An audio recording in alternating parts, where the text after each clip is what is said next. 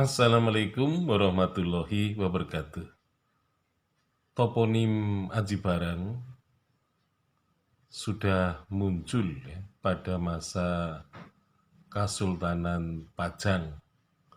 Hal itu sesuai dengan informasi yang diberikan oleh teks Babat Pasir yang di situ dinyatakan bahwa telah terjadi semacam konflik antara Pasir Batang melawan Aji Barang.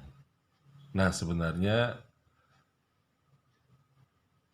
persengketaan itu dimulai dengan adanya lamaran. Jadi sebenarnya Pangeran Perlangon ya, yang merupakan adipati Pasir Batang kemudian melamar putri dari Kalong Pangrawit, karena terkenal sekali putri Aji Barang itu cantik. Nah, karenanya kemudian tetapi karena ya putri itu menolak, kemudian pergi ke hutan, ke gunung, ya, dan kemudian tidak pernah kembali lagi.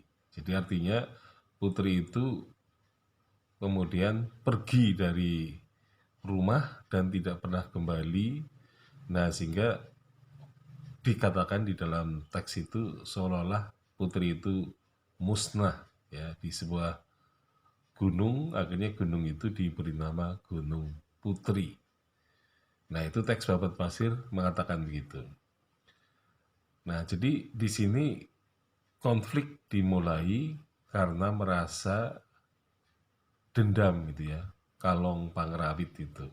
Jadi sebenarnya Kalong Pangrawit ini masih mempunyai hubungan kekerabatan ya, karena sebenarnya Pangeran Parlangon itu adalah pamannya sendiri. Nah, sehingga kemudian Kalong Pangrawit ini mencoba untuk melakukan balasan dengan cara menggerogoti ya, menggerogoti kekuasaan pamannya itu dengan cara dia melakukan magang di Keraton Pajang, dan ketika magang dia meminta untuk diberikan ya katakanlah 700 cacah gitu ya, wilayah dari Pangeran Palangon itu. Nah, akibat dendam itulah kemudian tercatat di dalam Babat Pasir memang Pangeran Parlangon menjadi